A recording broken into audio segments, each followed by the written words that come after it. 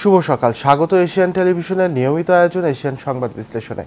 আপনাদের সাথে আছি আমি রিহাদ মাহমুদ। দর্শক, এই অনুষ্ঠানে আমরা দেশের শীর্ষস্থানীয় সংবাদপত্রে প্রকাশিত খবরগুলো নিয়ে আলোচনা করে থাকি। চলুন জেনে নেই কি কি সংবাদ প্রকাশিত হয়েছে আজকের খবরের কাগজগুলোতে। দর্শক, আমার হাতে শুরুতেই রয়েছে দৈনিক দেশ রূপান্তর। দৈনিক দেশ রূপান্তর তাদের প্রথম পাতায় প্রথম যে ছবিটা আমরা দেখতে পাচ্ছি সেটি হচ্ছে গতকাল ঢাকা বিশ্ববিদ্যালয়ের রাজু ভাস্কর্যের সামনে ধর্ষণ ও সহিংসতা বিরোধী একটি পথনাটকের আয়োজন করে বিশ্ববিদ্যালয়টির থিয়েটার অ্যান্ড পারফরমেন্স স্টাডিজ বিভাগের শিক্ষার্থীরা। সেই ছবিটি রয়েছে। এর পাশে রয়েছে প্রধান যে শিরোনামটি সেটি হলো হাসিনা ইমরান সহ 5 জনকে গ্রেপ্তারি পরোয়ানা। এটি হচ্ছে 2013 সালে 5 মে এবং তার আগে এবং পরের সময় ঢাকা এবং সারা দেশে হেফাজতে ইসলামের যে নেতাকর্মী ছিলেন তাদের উপরে যে হত্যা, নির্যাতন সহ মানবতা বিরোধী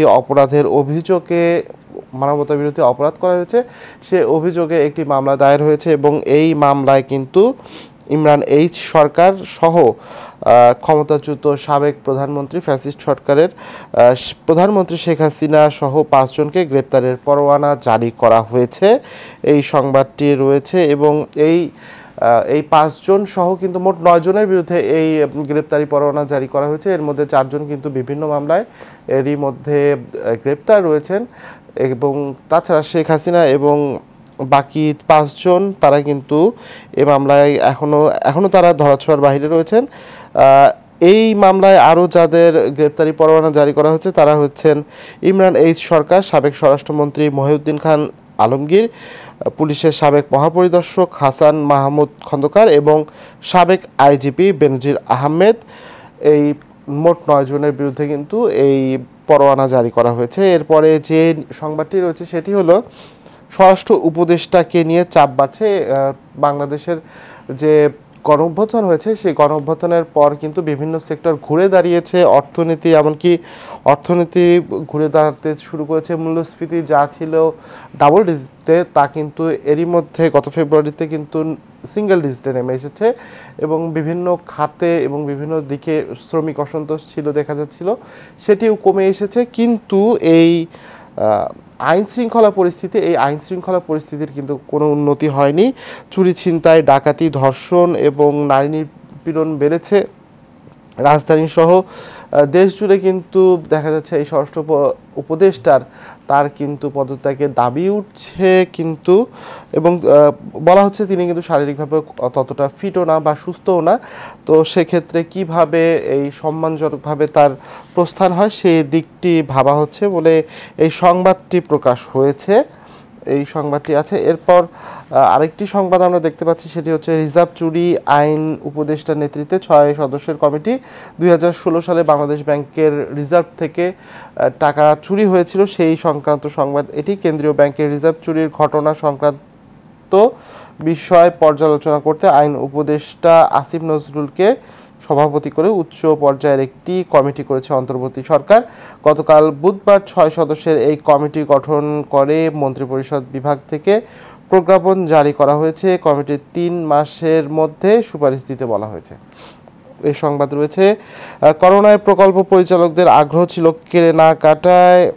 বিমানবন্দরে 9 মাসে পড়েছিল ইউনিসেফ থেকে পাঠানো চিকিৎসা সামগ্রী। বিলম্বে পণ্য খালাসে জরিমানা দিতে হয় 10 কোটি 43,41,000 টাকা। ERPP প্রকল্পের পিডি ডক্টর ইকবাল কবির 6 প্রতিষ্ঠানের মাধ্যমে বেশি দামে পণ্য কিনেছেন। যা করোনার সময় যে স্বাস্থ্য খাতে যে দুর্নীতিটা হয়েছিল সেই দুর্নীতির একটি সংবাদ প্রকাশ করেছে। এবং আজ কিন্তু বিশ্ব কিডনি দিবস। এই বিশ্ব কিডনি দিবস নিয়েও একটি সংবাদ আমরা দেখছি যে প্রকাশ করা হয়েছে। এখানে বেশ কিছু স্ট্যাট তুলে ধরা হয়েছে। দেশে মোট রোগী 3,80,000, ডায়ালিসিস লাগছে 95 লাখ বা 25% রোগীর, এই সংবাদ এখানে উঠে এসেছে। এবং হজের ন্যূনতম বয়স 15 নির্ধারণ করে দেওয়া হয়েছে, এই সংবাদটিও রয়েছে দৈনিক দেশ রূপান্তরে। আমরা এখন একটু দেখতে চাই দৈনিক সমকাল কি কি সংবাদ প্রকাশ করেছে। দৈনিক সমকালের প্রথম যে সংবাদ সেটি দেখতে পাচ্ছি, বিলুপ্ত হচ্ছে এনবিআর, বন্ধ হবে সরকারের হস্তক্ষেপ, চেয়ারম্যান নিয়োগ বন্ধ হবে সরকারের হস্তক্ষেপ, অস্ট্রেলিয়ার মতোই নিয়োগ কমিটির প্রস্তাব, পদায়ন হবে না আমলাদের, আইআরডি নিয়ন্ত্রণ থাকবে না বোর্ডে, ডায়ালিসিস যন্ত্রের দরপত্রে ষড়যন্ত্র, বিশ্ব কিডনি দিবস আজ, এই সংবাদটি উঠেছে। 5 বছর ধরে ধুঁকছে প্রকল্প, 5 বার বদল পরিচালক, 255 কোটি টাকার প্রকল্পের খরচ হয়েছে 2 লাখ, যন্ত্র কেনায় আটকা 44 জেলার ডায়ালিসিস সেবা নিতে আর্থিক সংকটে পড়ে 93% রোগী, 40 প্রকল্পটি যেন চলে বসেছে কচ্ছপের পিঠে, 5 বছর পার হলেও নানা ফিকির আর ষড়যন্ত্রে এক আনাও কাজ এগোয়নি, এই সংবাদটি রয়েছে। এবং দূরদর্শী ব্যবসায়ী নেতা সৈয়দ মঞ্জুর এলাহির প্রয়াণ, সাবেক তত্ত্বাবধায়ক সরকারের উপদেষ্টা ও অ্যাপেক্স গ্রুপের চেয়ারম্যান সৈয়দ মঞ্জুর এলাহি মারা গেছেন সিঙ্গাপুরে একটি হাসপাতালে গতকাল বুধবার বাংলাদেশ সময় সকাল 7:31 তার মৃত্যু হয়, এই সংবাদটি রয়েছে। এবং বৈঠকে গুরুত্ব পাবে গণতন্ত্রের উত্তরণ ও মানবাধিকার, জাতিসংঘের মহাসচিব আসছেন আজ। দর্শক, জাতিসংঘের মহাসচিব অ্যান্তনিও গুতেরেস আজ কিন্তু আসছেন বাংলাদেশে। তিনি 4 দিনের এই সফর করবেন এবং সফরে আগামীকাল তিনি রোহিঙ্গা ক্যাম্প পরিদর্শন করবেন এবং সেখানে তিনি 1 লাখ রোহিঙ্গার সঙ্গে ইফতার করবেন এবং তাদের বিভিন্ন দুঃখ দুর্দশার কথা শুনবেন। মূলত দেশে 2017 সালে যে বাংলাদেশে রোহিঙ্গা জনগোষ্ঠী চলে আসে এবং তারা সেই বিশাল একটি জনসংখ্যার মানুষ প্রায় 8 বছর ধরে বাংলাদেশে অবস্থান করছে এবং তারা বিভিন্ন সময় বাংলাদেশের আইন শৃঙ্খলা পরিস্থিতি অবনতির জন্য কারণ হয়েছে এবং এই বিশাল অঙ্কের একটি মানুষ কিন্তু বাংলাদেশের জন্য বোঝা হয়ে গেছে এবং এই মানুষগুলোকে কিভাবে তাদের দেশে সসম্মানে ফেরত পাঠানো যায় তার একটি উদ্যোগ গ্রহণ করেছেন প্রধান উপদেষ্টা ডক্টর মোহাম্মদ ইউনূস এবং সেই উদ্যোগের অংশ হিসেবে কিন্তু জাতিসংঘের মহাসচিব বাংলাদেশ সফর করছেন তার 4 দিনের। দেখা যাক এই সফরটি কতটুকু ফলপ্রসূ হয়। দর্শক, এই ছিল দৈনিক সমকাল পত্রিকার আজকের খবরগুলো। আমার হাতে এখন রয়েছে দৈনিক যুগান্তর। দৈনিক যুগান্তরের যে প্রধান শিরোনাম সেটি হচ্ছে বগুড়া পুলিশ লাইনে আয়নাঘর, জল্লাদের ভূমিকায় অ্যাকশন গ্রুপ। দর্শক, এই বিগত ফ্যাসিস্ট সরকার আওয়ামী লীগ সরকারের সময় কিন্তু দেশের শুধু ঢাকা শহরে নয় বিভিন্ন জেলা পর্যায়ে কিন্তু ছড়িয়ে ছিটিয়ে রয়েছিল যে আয়নাঘর, সে আয়নাঘরের তথ্যগুলো কিন্তু এখন বেরিয়ে আসছে এবং এমনই আরেকটি সংবাদ আমরা এখানে দেখতে পাচ্ছি, জল্লাদের ভূমিকায় অ্যাকশন গ্রুপ।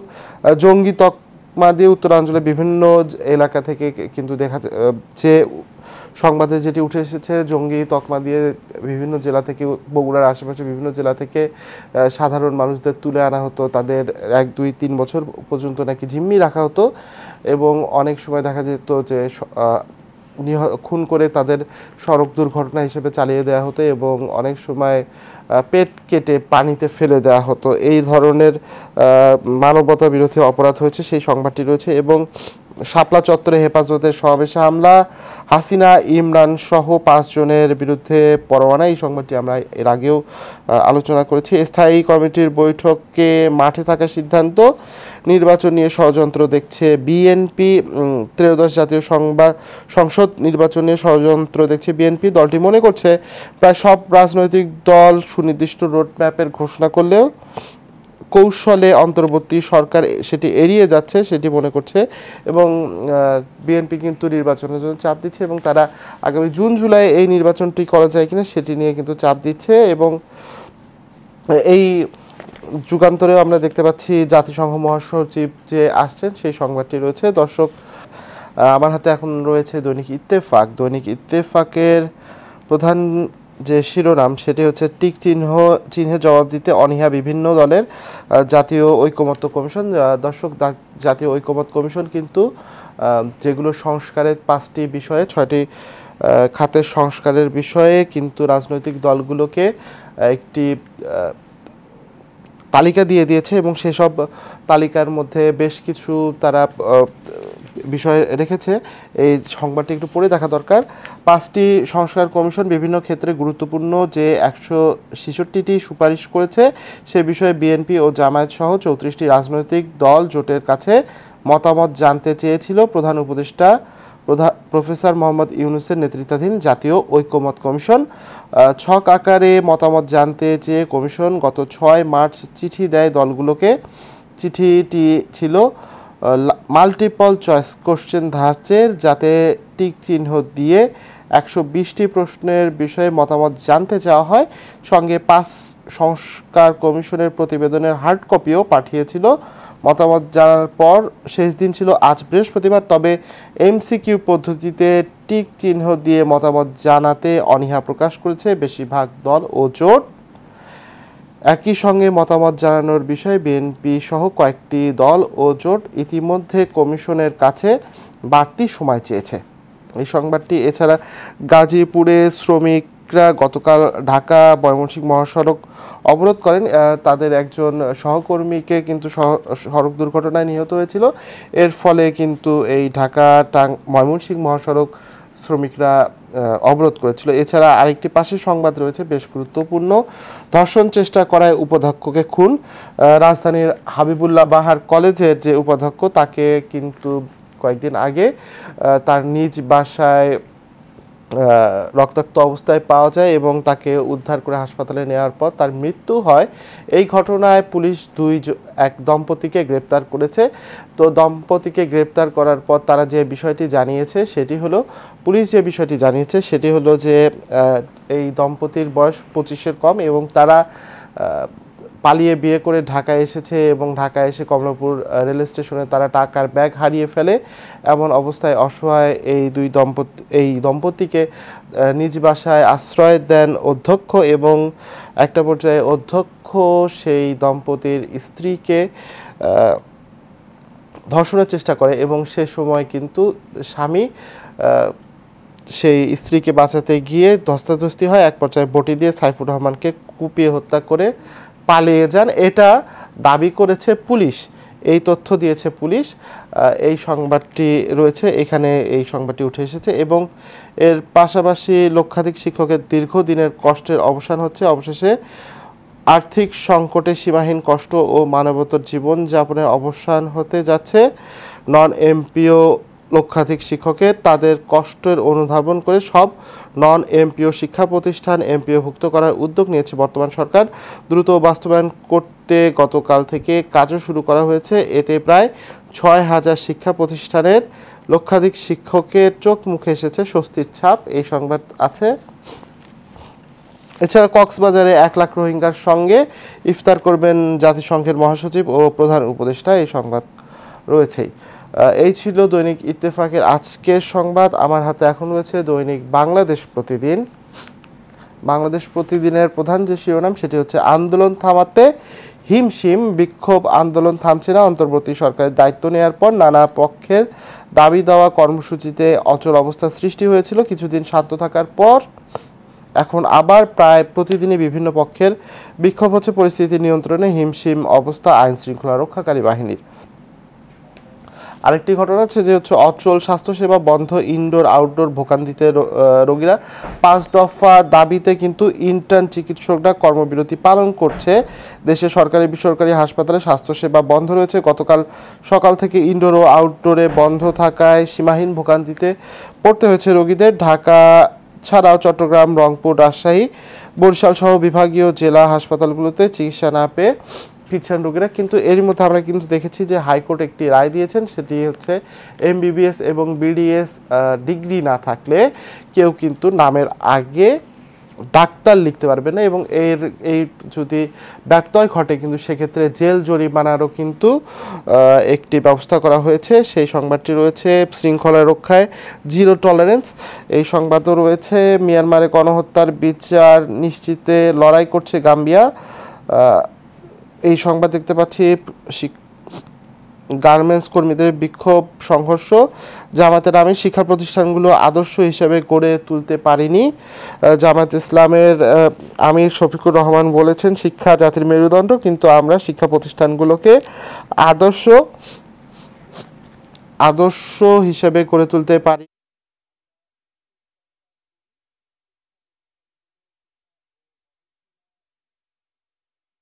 গবেষণা কেন্দ্রবিন্দু হয়ে উঠতে পারেনি। এই সংবাদ রয়েছে। দল চাইলেই বড় পরিবর্তন, নির্বাচন সংস্কারে ২৭ প্রস্তাব। এই সংবাদ রয়েছে। স্থবির অর্থনৈতিক কর্মকাণ্ড, কমেছে সরকারের ব্যয়ের মাত্রা, বাজেটের আকার কাটছাঁট এবং অবসরে মাহমুদুল্লাহ রিয়াদ। দর্শক, বাংলাদেশের যে পঞ্চপাণ্ডব ছিল ক্রিকেটের, যে 5 জনের হাত ধরে অনেক সাফল্য এসেছে, যদিও এই পঞ্চপাণ্ডব কিন্তু বড় কোনো টুর্নামেন্ট জয় করতে পারেনি, তবু তারা বাংলাদেশের ক্রিকেটকে অনেক দূর এগিয়ে নিয়েছেন। তাদের একজন ছিলেন হচ্ছে মাহমুদুল্লাহ রিয়াদ। এর আগে তিনি ওয়ানডে থেকে সরে দাঁড়িয়েছেন, এর আগে তিনি টেস্ট থেকে সরে দাঁড়িয়েছিলেন, এবার তিনি আন্তর্জাতিক ক্রিকেট থেকে সরে দাঁড়ানোর ঘোষণা দিয়েছেন এবং ফেসবুকে তিনি ঘোষণা দিয়েছেন। আমরা দেখি যে বিশ্বের বিভিন্ন যখন লিজেন্ড ক্রিকেটার থাকে, বড় ক্রিকেটার থাকে, তারা কিন্তু মাঠ থেকে বিদায় নেন। বাংলাদেশের ক্ষেত্রে সেটি কিন্তু হচ্ছে না। এ পর্যন্ত পঞ্চপাণ্ডবদের মধ্যে মাশরাফি আগেই বিদায় নিয়েছেন, এবার সাকিব বিভিন্ন রাজনৈতিক কারণে দেশে আসতে পারছেন না, তিনি ঘোষণা দিয়েও কিন্তু তার শেষ ম্যাচ খেলতে পারেননি। মুশফিকও দেখা গেছে যে ফেসবুকে পোস্ট দিয়ে তিনি ছেড়েছেন ক্রিকেট, আন্তর্জাতিক ক্রিকেট ছেড়েছেন। তামিমের ক্ষেত্রেও কিছুটা একই রকম হয়েছে। মাহমুদুল্লাহও সেই পথে হাঁটলেন। মাহমুদুল্লাহ কিন্তু সাইলেন্ট কিলার হিসেবে পরিচিত ছিলেন, বিশেষ করে 2015 সালের বিশ্বকাপে সেই ইংল্যান্ডের বিপক্ষে প্রথম শতক বাংলাদেশের হয়ে, সেটি মাধ্যমে বাংলাদেশ প্রথমবারের মতো কোনো বৈশ্বিক আসরে কোয়ার্টার ফাইনাল খেলেছিল এবং আইসিসি চ্যাম্পিয়ন্স ট্রফি 2017 সালে সেখানেও কিন্তু মাহমুদুল্লাহ সেঞ্চুরিতে বাংলাদেশ কিন্তু সেমিফাইনাল নিশ্চিত করেছিল। সেই মাহমুদুল্লাহ দলের নানা সময় যখন চাপে পড়তো ব্যাট হাতে জ্বলে উঠতেন, বল হাতেও চেষ্টা করতেন দলকে সার্ভিস দেওয়ার। সেই মাহমুদুল্লাহ রিয়াদ তিনি কিন্তু আন্তর্জাতিক ক্রিকেটকে বিদায় বললেন। অবশ্য তার ফর্ম কিছুদিন ধরে ভালো যাচ্ছিল না, যদিও এবছর ওয়ানডেতে বেশ ভালো করেছিলেন, কিন্তু চ্যাম্পিয়ন্স ট্রফিতে তার পারফরমেন্স একেবারে ভালো ছিল না এবং তারপর থেকে কিন্তু সমালোচনা এবং গুঞ্জন ওঠে যে তার বয়সও হয়েছিল 39, অনেক দিন ধরে খেলছেন তিনি এবং মুশফিক রহিম আরও কতদিন খেলবেন তা নিয়ে কিন্তু বিভিন্ন সময় ট্রল হয়েছে, কথা হয়েছে। তো এই ছিল আজকের এশিয়ান সংবাদ বিশ্লেষণ। আজকের আমরা যে সংবাদ বিশ্লেষণে দেখেছি, বেশিরভাগ পত্রিকারই প্রধান যে শিরোনামটি হয়েছিল সেটি হচ্ছে আজ ঢাকায় আসছেন জাতিসংঘের মহাসচিব আন্তোনিও গুতেরেস এবং বিভিন্ন আন্দোলন চলছে এবং সেই আন্দোলন থামাতে হিমশিম খাচ্ছে আইনশৃঙ্খলা বাহিনী, সেই সংবাদ রয়েছে। এবং তাছাড়াও আমরা দেখতে পেলাম যে মাহমুদুল্লাহ রিয়াদের অবসরের সংবাদটি প্রতিটি পত্রিকারই প্রথম পাতায় এসেছে। দর্শক, এশিয়ান সংবাদ বিশ্লেষণ আজ এ পর্যন্তই। আগামীকাল আবারও দেখা হবে। ততক্ষণ সবাই সুস্থ থাকুন, ভালো থাকুন, এশিয়ান টেলিভিশনের সঙ্গে থাকুন।